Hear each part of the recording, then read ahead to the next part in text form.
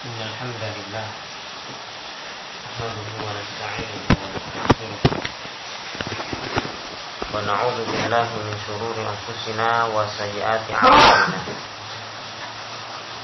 من يهده الله فلا مضل له ومن يضلل فلا هادي له وأشهد أن لا إله إلا الله وحده لا شريك له وأشهد أن محمدا عبده ورسوله لا نبي بعده أما بعد فإن أصدق الحديث كتاب الله وخير الهدي هدي محمد صلى الله عليه وسلم وشر الأمور محدثاتها فإن كل محدثة بدعة وكل بدعة ضلالة وكل ضلالة في النار. Kita lanjutkan kembali penjelasan daripada Syekh Shalih Ibn Abdul Aziz Al-Utsaimin tentang hadis yang dibawakan oleh penulis, yakni Syekh Muhammad bin Abdul Wahhab. Hadis Al-Harits Al-Asy'ari radhiyallahu ta'ala anhu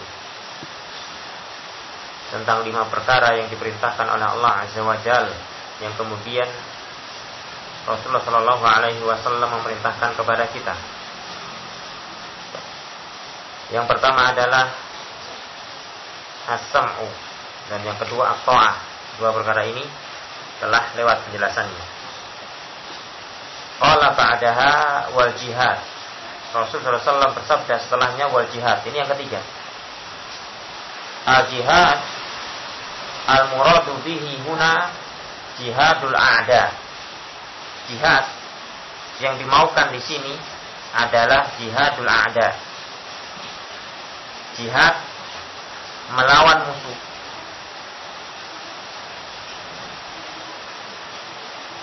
Wa jihadul adu ala qismain.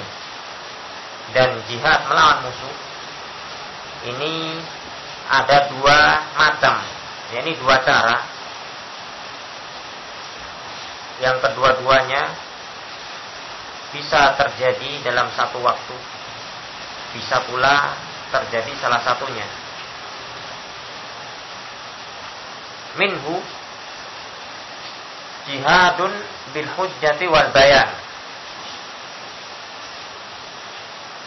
Di antaranya adalah yang pertama, jihad dengan menggunakan hujjah dan bayan, penjelasan-penjelasan, mematahkan argumentasi daripada lawan musuh Islam. Dan ini adalah jihad yang paling besar. Karenanya didahulukan oleh Syekh. Jihad ini tidak setiap orang sanggup melaksanakan. Dan ini merupakan jihadnya para ulama. Mereka yang mampu untuk mengemban jihad ini, membantah dari setiap propaganda musuh, menjelaskan dan membongkar kebatilan-kebatilan. Maka jihad ini jihad yang sangat besar, sehingga sebagaimana dikatakan bahwasannya darahnya para syuhada itu tidak lebih mahal dan tidak lebih mulia daripada tintanya para ulama. Dan pada hari kiamat nanti, tinta-tinta para ulama ini akan ditimbang dengan darahnya para syuhada. Mereka dengan ilmu, hujjah wal bayan, ya, menghancur leburkan daripada kebatilan, meluluh lantakkan daripada musuh-musuh Islam dengan hujjah dan bayan tersebut. Wa minhu jihad bisinan wasilah. Hujjah dan bayan dilakukan bisa dengan lisan, bisa dengan tulisan. Lisan ini juga tidak kalah pentingnya dengan tulisan.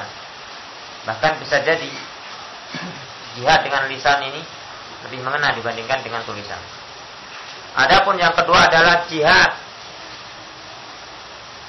bisilahi wasinan, dengan senjata, dengan tombak, dengan pedang, dan kalau sekarang dengan senjata-senjata api, dengan pesawat-pesawat tempur, dengan kapal-kapal perang, dengan tank-tank, dengan pasukan-pasukan yang terlatih, dan yang semisalnya. Amal awal wa huwa jihad bil hujjah wal bayan fa hada wajibun. Adapun yang pertama yaitu jihad dengan hujjah dan bayan, maka ini perkara yang wajib. Ma'murun bihi likulli man qada alaih, diperintahkan dengannya bagi siapa saja yang mampu padanya. Fi kulli zaman wa fi kulli makan wa fi kulli hal bihasabi, pada setiap masa, pada setiap waktu, dan pada setiap tempat, dan pada setiap keadaan sesuai dengan kondisinya.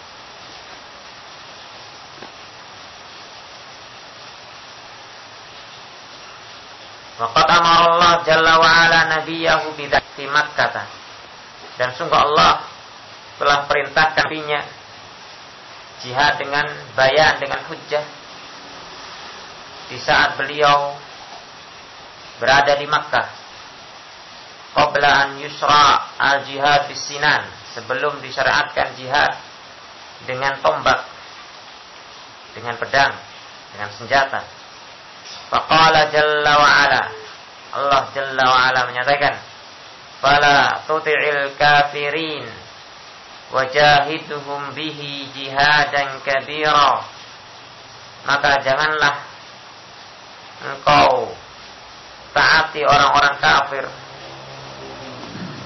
dan jihadilah mereka dengan jihad yang besar, yakni dengan ilmu. Bihi yakni bil Quran, dengan hujjah dan bayan, yakni jahidhum bil Quran, perangi mereka dengan Al-Quran. Hujjah-hujjah mereka berantakan dihadapkan terhadap hujjah Al-Quran. Fahadha jihadun bil hujjati wal bayan, maka inilah jihad dengan hujjah dan bayan. Wahada ya'um al-azmina wal amkinah, dan ini secara umum di setiap zaman dan di setiap tempat, di setiap kesempatan.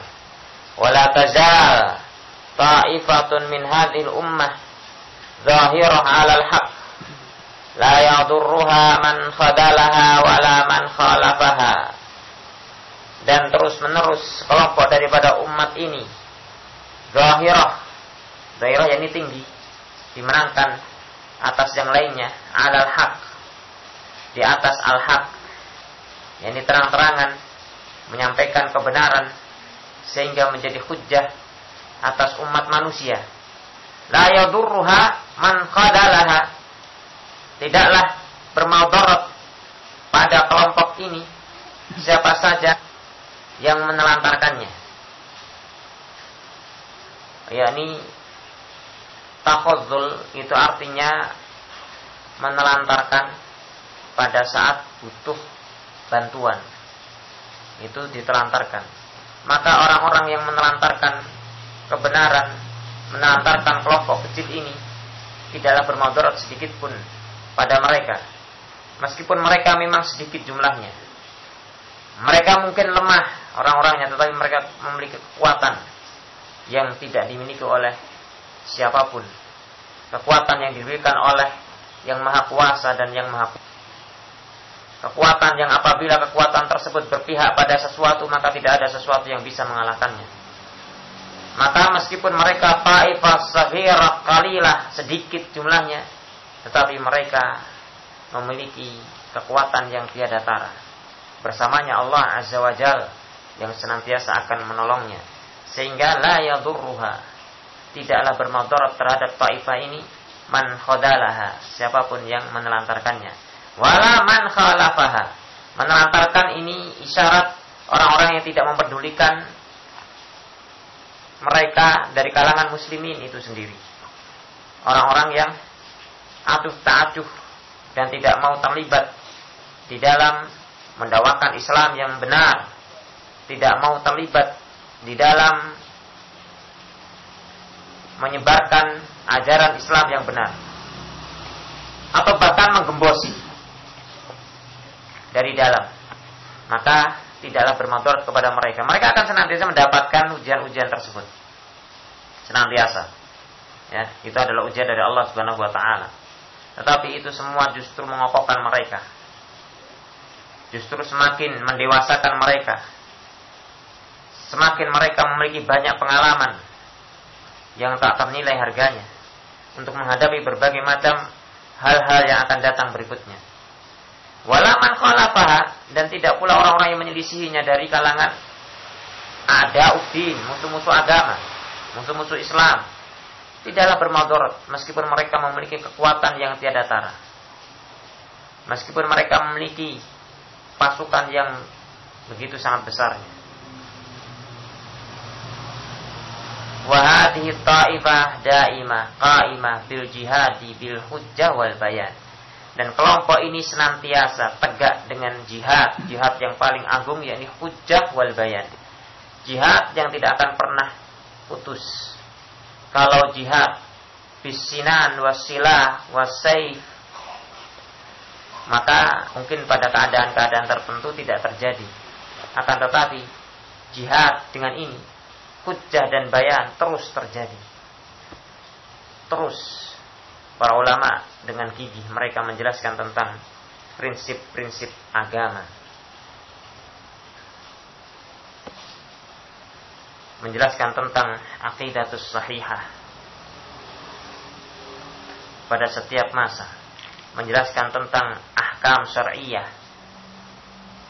menjelaskan tentang manhaj nubuwah, menjelaskan tentang thariqat dakwah, menjelaskan tentang akhlak,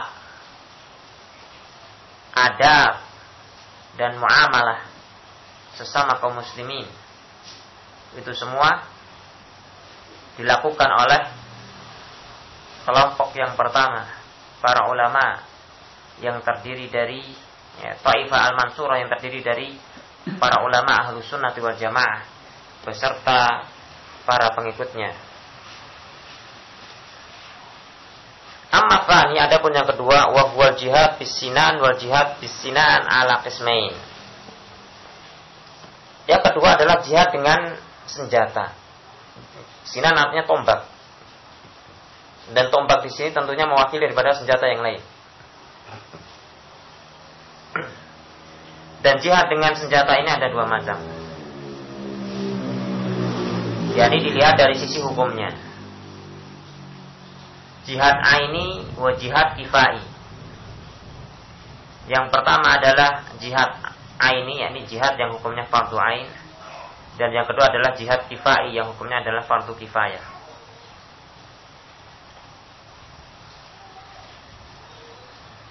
Yani imma an yakuna fardu ain wa imma an yakuna fardu kifayah. Ini maksudnya.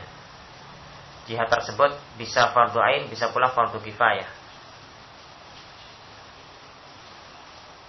Dan ada pula jihad difa'i.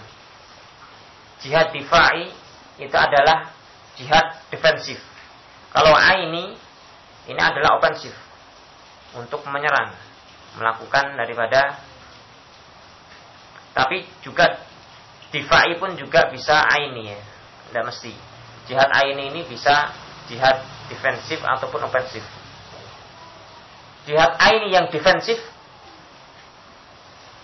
bagi satu negeri yang diserang oleh musyrikin ataupun oleh orang-orang kafir. Negeri muslim diserang oleh pasukan kafir, ya, kelompok kafir menyerang negeri tersebut. Maka membela diri di situ bagi penduduk muslim yang ada di tempat tersebut hukumnya fardu ain. Ini difai, ya, jihad difai, tetapi hukumnya adalah fardu ain. Adapun ofensif yang bersifat fardu ain adalah jihad yang dipimpin oleh pemerintah kaum muslimin, khalifah, amirul mukminin, untuk membuka daripada negeri-negeri kafir, ya, membuka daripada negeri-negeri kafir, futuhat. Ini namanya jihad ofensif. Maka bagi siapa saja yang ditunjuk oleh amir untuk menjadi pemimpin, dan siapa saja dari pasukan yang ditunjuk oleh amir, oleh penguasa yang kekuatan tersebut, hukumnya fardu atas dirinya untuk berangkat berjihad, melebarkan sayap kaum muslimin. Adapun jihad di kifai, ya, jihad yang hukumnya adalah fardu kifayah. Fardu kifayah adalah di saat ada sekelompok daripada kaum muslimin yang melakukan jihad ini dan sudah mencukupi, maka hukumnya fardu kifayah bagi yang lain. Bisa pula difai, bisa, ya, artinya jihad untuk mempertahankan diri ataupun jihad untuk menyebarkan Islam, meluaskan daripada teritorial Islam. Di saat kaum muslimin diserbu oleh pasukan musyrikin, maka tempat di situ, daerah tersebut hukumnya fardu ain. Dan kalau belum mencukupi untuk menghadapi serbuan musyrikin ataupun serbuan orang-orang kafir tersebut, maka daerah-daerah di sekitar yang dekat dengan tempat tersebut hukumnya fardu ain. Ya, hukumnya fardu ain untuk datang membantu. Terus sampai tercukupi. Ya. Kalau sudah tercukupi, maka bagi yang lain hukumnya fardu kifayah.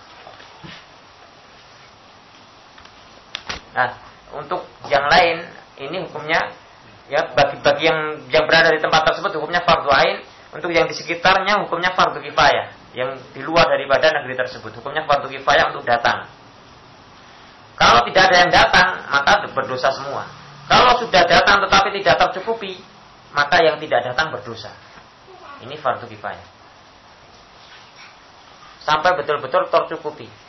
Sehingga akan terus meluas fardu kifayah tersebut, ya, kepada negeri-negeri yang berikutnya mereka minta pertolongan. Hingga di saat telah tercukupi, maka fardu kifayah tersebut, ya, karena sudah tercukupi, terhalau pasukan musuh daripada kaum muslimin yang telah berjihad di situ, maka pada saat tersebut gugur daripada kewajiban jihad.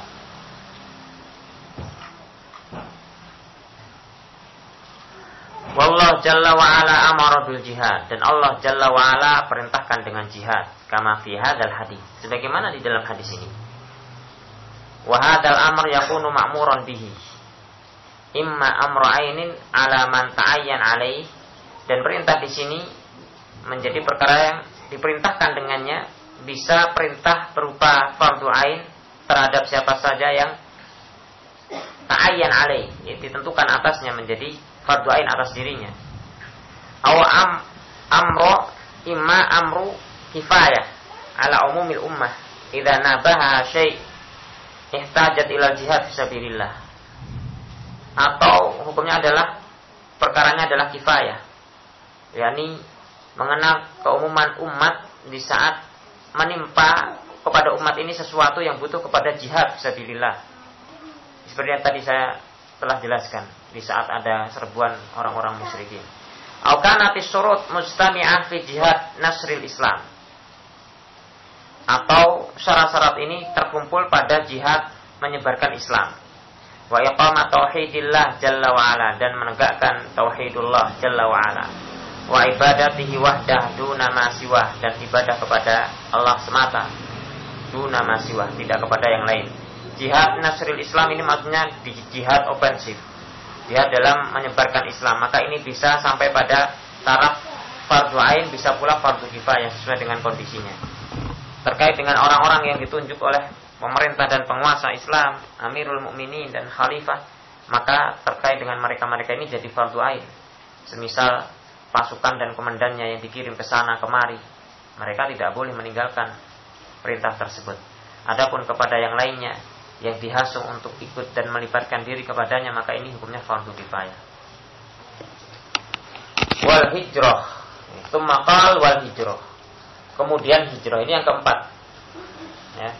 Ini yang keempat dari 5 perkara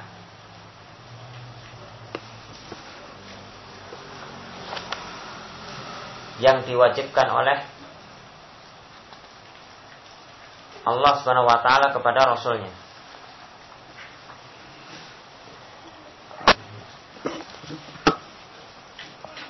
Wa hijratu fin nusus qisman, dan hijrah pada nas-nas yang ada itu ada 2 macam pula. Al-awwal, yang pertama, hijrah min daril kufri ila daril Islam. Ini yang pertama. Hijrah dari negeri kafir kepada negeri Islam. Wathani, dan yang kedua, hijrah mimma siwallah jalla wa ala ilallah jalla wa ala wahdah. Hijrah dari apa-apa selain Allah jalla wa ala menuju kepada Allah jalla wa ala semata. Yani hijrah di sini adalah hijrah secara batinah dan hijrah secara zahirah. Hijrah zahirah adalah hijrah dengan badan kita dari meninggalkan satu tempat ke tempat yang lainnya. Ini zahirah. Sedangkan hijrah batinah adalah hijrah dari perkara-perkara yang dimurka oleh Allah kepada sesuatu yang disukai dan diridai oleh Allah Subhanahu wa taala. Dan hijrah baik itu hijrah secara zahir darul kufur ila darul Islam, tetap dia tertuntut padanya hijrah batinah. Dalam artian dia hijrah tersebut meninggalkan tempat tersebut tidak semata-mata hanya karena ingin meninggalkan tempat tadi, tetapi karena Allah Subhanahu wa taala. Tayyib, wa qismul awal, dan bagian yang pertama yakni hijrah min daril kufur ila daril Islam. Ya. Al hijrah min daril kufur ila daril Islam ka hijratis sahabah min Makkah ila Habasyah. Ini seperti hijrahnya para sahabat dari Mekkah ke Habasyah. Ini kalau disebut min daril kufur ila daril Islam maka tidak tepat. Kenapa? Karena Habasyah pada saat itu bukan darul Islam. Ya, bukan darul Islam. Habasyah itu negeri Nasrani. Pemimpinnya Najasyi yang pada saat itu masih Nasrani. Ya, pada saat itu waktu hijrah terjadi masih Nasrani. Hanya saja Najasyi terkenal sebagai raja yang adil, ya, raja yang memberikan perlindungan kepada orang-orang yang lemah. Dan Allah Subhanahu wa taala inginkan kebaikan pada raja tersebut. Dan Rasulullah SAW memerintahkan untuk para sahabat hijrah ke Habasyah sebelum ke Madinah. Maka ini disebut oleh para ulama hijrah min daril khauf ila daril aman. Hijrah dari negeri ketakutan kepada negeri keamanan. Hijrah dari negeri yang penuh dengan berbagai macam teror dan tidak ada stabilitas nasional kepada negeri yang penuh dengan kedamaian, ketentraman, ketenangan, dan keamanan. Meskipun bukan negeri Islam, di mana para pemeluk Islam dijamin kebebasannya dalam beragama sesuai dengan keyakinannya. Maka dalam keadaan seperti ini disyariatkan pula hijrah dari negeri tersebut. Seperti Syria misalnya, dia adalah negeri Islam, tetapi negeri yang penuh dengan kekacauan. Maka hijrah dari darul khauf seperti ini kepada darul aman.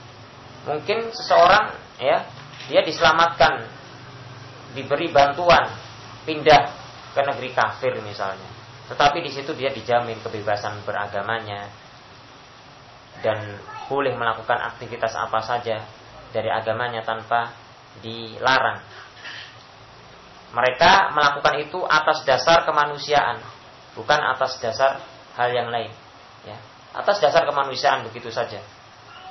Maka diselamatkan ratusan ribu manusia dari negeri yang penuh dengan khauf, dengan ketakutan tersebut ke negeri mereka. Ya. Misalnya terjadi yang seperti ini, maka ini boleh. Ini boleh.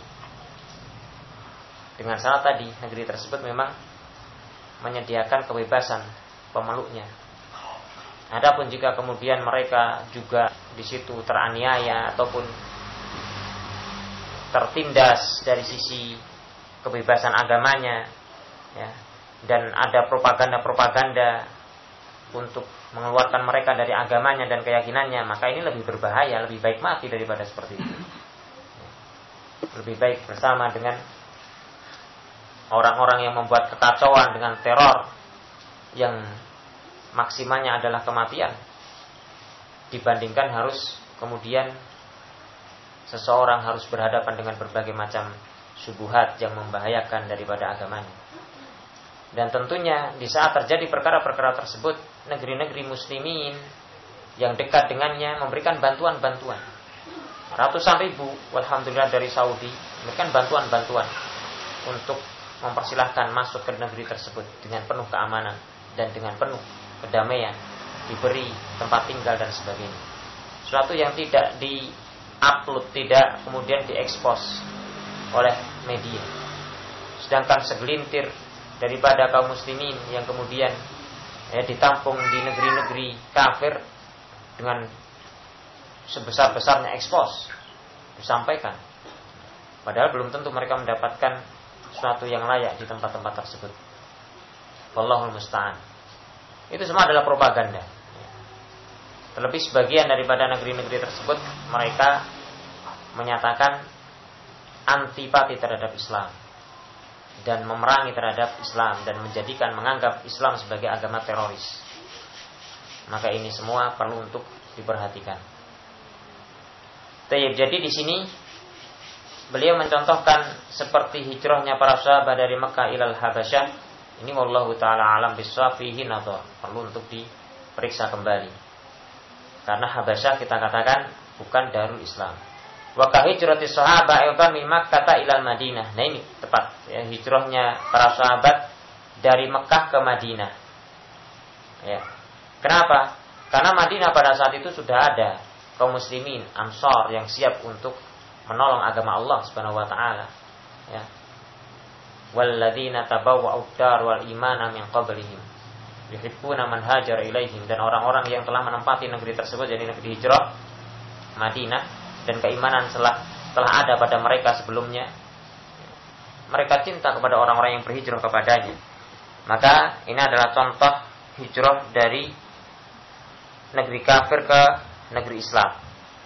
Beliau sallallahu alaihi wasallam mendapatkan sambutan yang besar dari kaum muslimin yang ada di tempat tersebut. Wa qad yu'idu hadza fi annahu yakunu hunaka hijrah min dari kufrin qad tadhhar ba'da zamanin nubuwah aw qad dhaharat ba'da zamanin nubuwah ila dar ya'lu fiha Islam.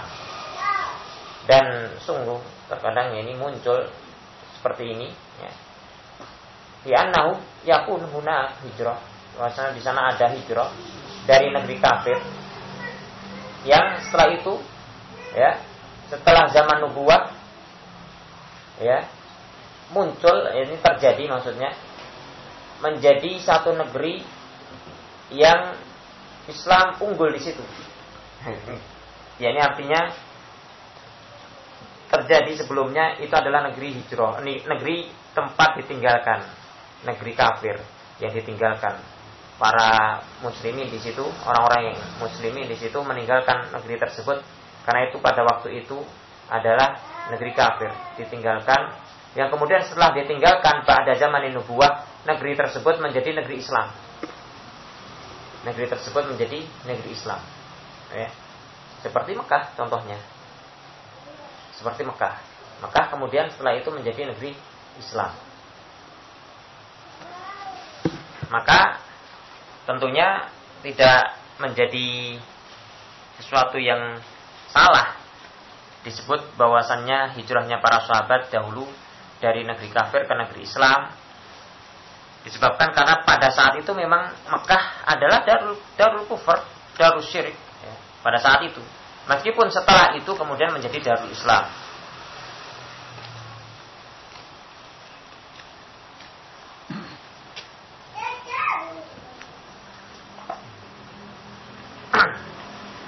Baik.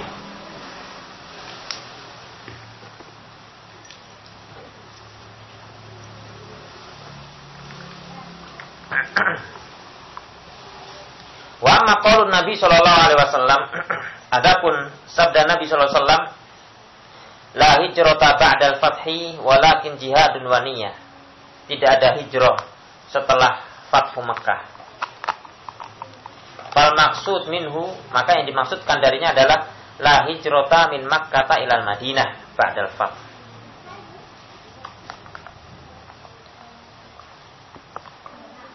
Maksudnya adalah tidak ada hijrah dari Mekah menuju Madinah setelah terjadi Fathu Mekah, yakni setelah terjadi penundukan kota Mekah. Kenapa demikian?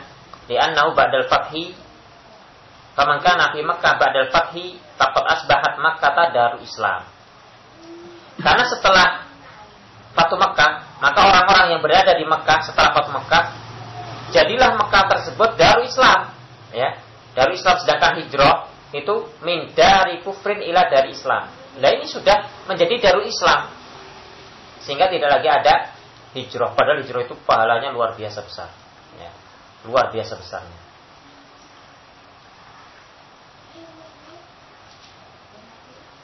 Sehingga setelah ditunjukkan oleh Rasulullah SAW hilang keutamaan yang sangat besar, yakni hijrah dari Mekah ke Madinah. Yang beruntung adalah orang yang dahulu sempat melakukan hijrah tersebut. Faman kana fiha ba'dal fathi fa innahu yamkuth fiha. Adapun orang-orang yang tinggal di Mekah setelah Fathu Mekah, dia masuk Islam setelah Fathu Mekah misalnya, sedangkan dia adalah orang-orang penduduk Mekah, maka dia ingin mendapatkan keutamaan hijrah, saya mau hijrah, mau pindah ke Madinah. Ya boleh pindah, tapi bukan hijrah namanya. Ya. Kita bahasa, tetapi tidak hijrah secara syar'i, secara ibadah. Kainahu yang kusiha, dia tetap tinggal di situ. Ya pindah boleh, man sekali lagi bukan bermakna hijrah. Wala yalzamuhul hijrah ilal Madinah, dan tidak mengharuskan dia untuk hijrah ke Madinah. Bahkan juga tidak disyariatkan dalam artian sebagai bentuk hijrah. Kalau mau berpindah boleh. Bal yabqa fiha, bahkan dia tetap tinggal di situ. Wala tazal Makkah darul Islam ila an yarithallah jalla wa ala al-ardha wa man 'alaiha. Dan akan senantiasa terus menerus Mekah itu menjadi darul Islam sampai Allah mewariskan bumi ini dan orang yang di atasnya kepada kaum muslimin.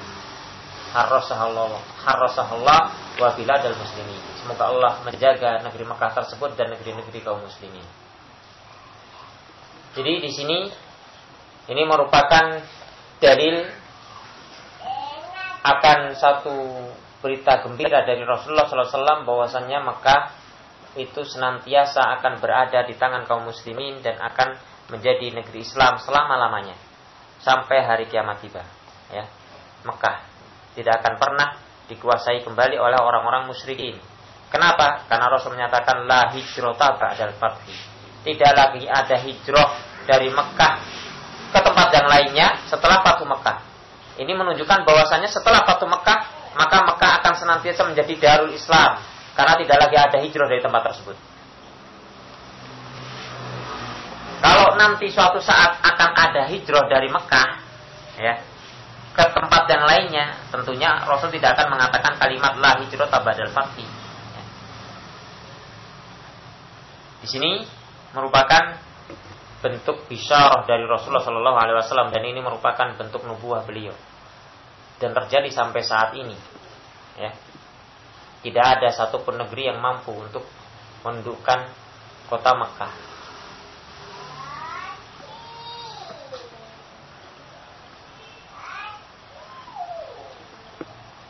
Wa hadhil hijrah laha ahkam wa laha syurut. Dan hijrah seperti ini ada hukum-hukumnya dan ada syarat-syaratnya. Wa tafsiruha fi mawadhi'ihi min kutubil ulama fil aqidah. Dan rinciannya di tempatnya pada kitab-kitab para ulama terkait dengan akidah, atau fit tauhid, atau terkait dengan tauhid wal fiqh, dan juga terkait dengan fikih. Wala nutilu fi bayaniha fi hadzal mautin, dan kita tidak hendak untuk berpanjang lebar di tempat ini menjelaskannya. Lakin hanya saja nunabbih ila anna hijrah hadhihi min daril kufr ila daril Islam laha syurutuha. Hanya saja kita sekedar memberikan tanbih, mengingatkan bahwa hijrah dari negeri kafir ke negeri Islam ini ada syarat-syaratnya. Ya wajibah bisyurutiha, yang ini akan menjadi wajib dengan syarat-syaratnya. Yang intinya bahwasannya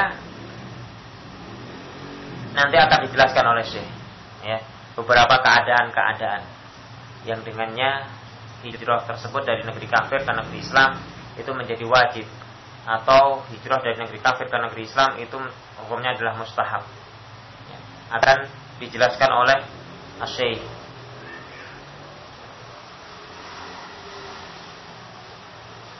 Adapun kalau hijrah, ya, hijrah dalam artian pindah ini dari negeri Islam ke negeri kafir, nah ini muskilah, ya. Ini perkara yang muskilah. Yang diperintahkan adalah dari negeri kafir ke negeri Islam, tapi ini ada orang yang berpindah dari negeri Islam ke negeri kafir, ya. Dia mengkafir-kafirkan negeri Islam tersebut, ya, negeri tauhid, dalam keadaan dia meninggalkan negeri tersebut dan ternyata dia bercokol di negeri kafir. Nah, ini ada yang seperti ini. Seperti Muhammad Surur bin Nayyib Zainal Abidin, nah, ya, disebutkan kepadanya firqah Sururiyah. Muhammad Surur ini dia tinggal sekarang di Birmingham, London. London itu Inggris. Iya, kan? Negeri Inggris Raya sana. Nah, ini kafir apa muslim? Kafir. Sedangkan dia sebelumnya tinggal di Saudi. Tinggal di Saudi cukup lama dia, dan belajar kepada para ulama yang ada di negeri Saudi 20 tahun dia. Muhammad Surur bin Nayyib Zainal Abidin. Di mana dia ini pada awal-awal thalabul ilm dia dipuji oleh para ulama. Akan tetapi kemudian di akhir daripada masa belajarnya tampak pemikiran-pemikiran dia yang menyimpang, dan memang sebenarnya dia adalah ikhwanul muslimin yang kemudian menampakkan salafiyah, ya, bermanhaj salaf di Saudi selama dia belajar di sana. Kemudian setelah dia pindah ke negeri Birmingham, London, dia kemudian mendirikan satu yayasan, ya, yakni yayasan yang disebut dengan Al-Muntada, apa ya? Yayasan Al-Muntada. Nah, setelah itu dengan Yayasan Al-Muntada dia membuat majalah Al-Bayan. Kemudian setelah itu berubah menjadi As-Sunnah.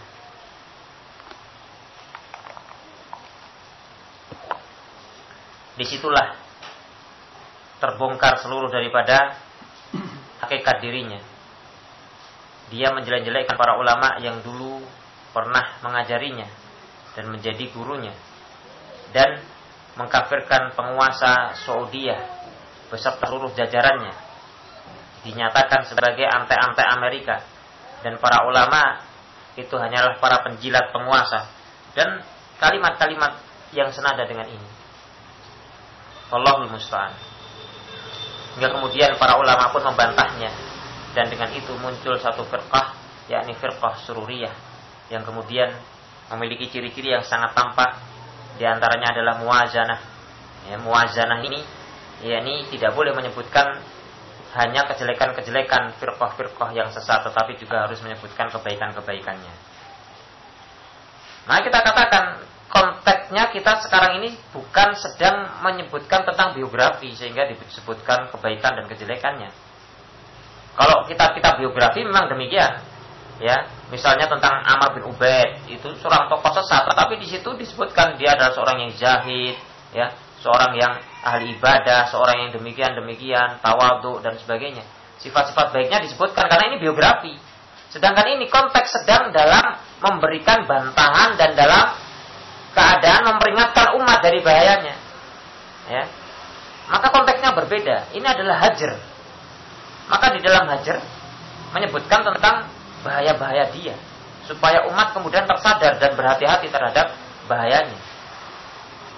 Wallahu ta'ala alam bisawab. Ini yang bisa kita pelajari pada pertemuan kali ini. Nastaghfirullah wa sallallahu ala Muhammadin wa ala alihi wa sahbihi ajma'in.